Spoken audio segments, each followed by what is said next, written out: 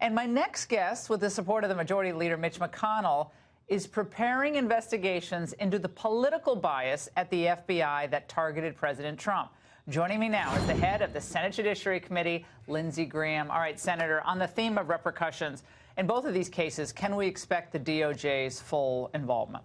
Yeah, I think so. I think Bill Barr is a man of the Department of Justice. This has been his life's work, and I think he's very disappointed and concerned by the way the FBI handled the FISA warrant application, the counterintelligence investigation, and he's going to be very supportive of looking to find out how this got off the rails. A lot of folks, when they approach me, I'm traveling around the country, I'm sure you get the same thing. People say, how does Hillary's people, how do they manage to smash BlackBerries? How do they unmask all of these Americans with probably dubious reasons? Right. How is the UN ambassador unmasking, like Samantha Power? Like, how is this all happening? There's never any repercussions. But what do you say to them just on that score? Well, one, let's find somebody to prove that it did happen we all trust. You know, Mueller, I stood behind him because I thought he was a fair guy. A lot of people on our side thought he was in a witch hunt. I didn't, quite frankly. But the president's been vindicated. Let's take somebody like Mueller to ask these questions. Did they get a FISA warrant by using compromised, bogus information? Well, they did, didn't they? I think so. Yeah. But let somebody other than Lindsey Graham and Laura Ingraham say it. Let's find somebody of the stature of Mueller to look at the other side of the story, because if they find something, I want people to believe it's based on the evidence, not politics. Is Bill Barr now looking into the possibility of appointing another special counsel? I am urging him for one simple reason. This is an emotional event. Most Republicans believe they were out to get Trump. Most people think that Strzok and Page and McCabe and Comey wanted Clinton to win and Trump to lose, and they took the law in their own hands.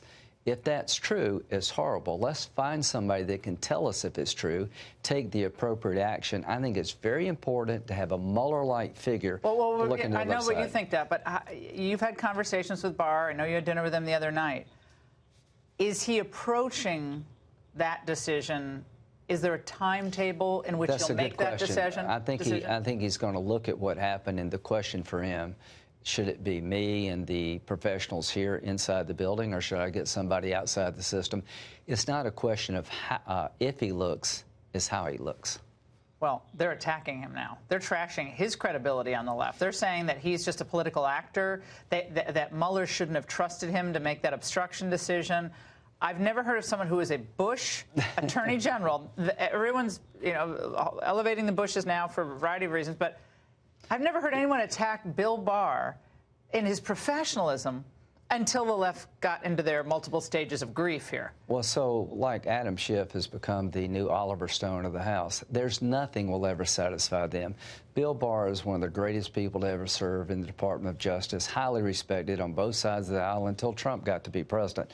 The point I'm making is let's have somebody that maybe we can find, like a Mueller, to look at the other side. Now, let's talk about a man who you probably wouldn't recommend take over this investigation, Jim Comey. He was on NBC Tonight. Yeah, he was last seen gazing up at the redwoods. Looked like a lineup to me, Lindsey. Anyway, so he was on NBC Tonight commenting. Let's watch. If there are questions that haven't been answered in the hours and hours and hours of testimony I've given, of course I'll answer them. I want it all done in the light of day, though. No more secret depositions. Public hearings serve the public interest.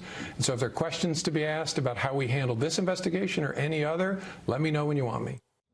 No, he's ready. Okay, so one is going to be in public, and I'm going to give you a heads up. But one of the questions I'm going to ask you, did Bruce Orr tell you you shouldn't trust Christopher Steele? And how much time and attention did you put into verifying the dossier before you certified to the court that it was reliable? So there you go. Think about it. Come to the committee here soon, and you'll give me the answer in public. You will testify, my friend, in public, not behind closed doors, and you will answer for your time as FBI director. Now, I want to get your take on another event that happened to one of your former colleagues, Senator Joe Biden. Now, he seems poised to launch a presidential bid. Right. But like a lot of the Democratic candidates, he has to say he's sorry about a lot of what he did. Now, here he's attempting to apologize for how Anita Hill, my old boss Clarence Thomas, confirmation hearings. Let's watch. There were a bunch of white guys. She faced a committee that didn't fully understand what the hell it was all about. To this day, I regret I couldn't come up with a way to get her the kind of hearing she deserved. He's a good guy. If he's not proud of the life he's lived, why should we make him president? I mean, if you really have to apologize for most of the things you've done in your political life, why should we pick you for being president? But I think his comment is actually racially charged. And when I say that, I think by saying if it's a panel of white men, you can't be fair. Here's Joe's What is problem. that? That is judging someone based on race. I thought we weren't supposed to do that. The problem is that the party of Joe Biden's dead, and he's trying to find a way in the new party. In the new party, you have to apologize because if you're a white guy, you can't possibly be fair. This is what's going to undercut him because I like Joe Biden. I like the real Joe Biden. I think he's been wrong on policy, but what he's doing now is putting in question whether or not he's authentic.